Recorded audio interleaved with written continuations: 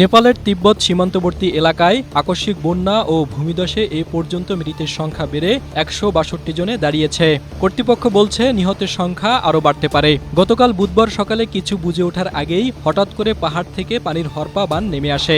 এতে রাসুয়া অঞ্চলের বোতেকোশি নদীর আশেপাশে থাকা বাড়িঘর, সড়ক ও সেতু পুরোপুরি বিলীন হয়ে মাটির সঙ্গে মিশে যায়। বার্তা সংস্থা রয়টার্স জানিয়েছে, ভয়াবহ এই বন্যায় ১৫০০ এর অধিক মানুষ নিখোঁজ রয়েছে, যার মধ্যে ৭ শতাধিক বিদেশি পর্যটক।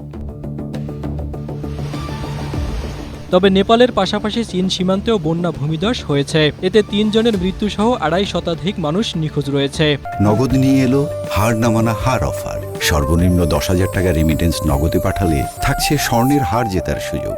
যারা নিখোঁজ রয়েছে তাদের বেঁচে থাকার সম্ভাবনাও ক্ষীণ, কারণ বুধবার সকালে আঘাত হানা বন্যায় ছড়িয়ে পড়া ভিডিওতে দেখা যায় কাদাপানির আঘাত এতটাই তীব্র ছিল যে মনে হয়েছিল ওই অঞ্চলে কেয়ামত নেমে এসেছে। চোখের সামনে মুহূর্তেই সবকিছু লণ্ডভণ্ড হয়ে যায়। নিখোঁজদের খুঁজতে ব্যাপক তৎপরতা চালিয়ে যাচ্ছে চীন ও নেপাল। মোতায়েন করা হয়েছে হাজার হাজার সেনা সদস্য।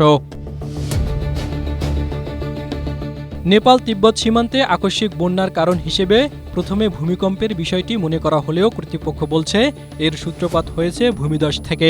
যুক্তরাষ্ট্রের ভূতাত্ত্বিক জরিপ সংস্থা USGS জানিয়েছে, দীর্ঘস্থায়ী ভূকম্পন তরঙ্গ বিশ্লেষণ করে দেখা গেছে ভূকম্পন শক্তি আসলে ভূমিধস থেকেই তৈরি হয়েছিল। নেপালের আবহাওয়া ও জলবিজ্ঞান বিভাগের কর্মকর্তারা জানিয়েছেন, পাহাড় থেকে বিপুল পরিমাণ বরফ ধসে পড়তে পারে, যার সঙ্গে পাথর ও অন্যান্য পলিও নিচে নেমে আসে। তবে প্রশ্ন উঠেছে, কী কারণে পাহাড়ি এই অঞ্চলে এত মানুষ নিখোঁজ হল? BBC বাংলার প্রতিবেদনে বলা হয়েছে, বন্যা কবলিত এলাকাটি হিন্দু, বৌদ্ধ ও জৈন ধর্মাবলম্বীদের কাছে পবিত্র দুটি উচ্চভূমির হ্রদের জন্য গুরুত্বপূর্ণ।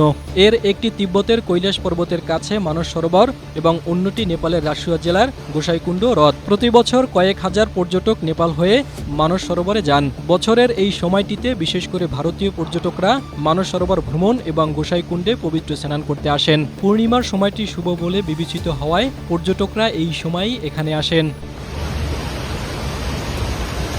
জাহিদুল ইসলাম, এশিয়া পোস্ট।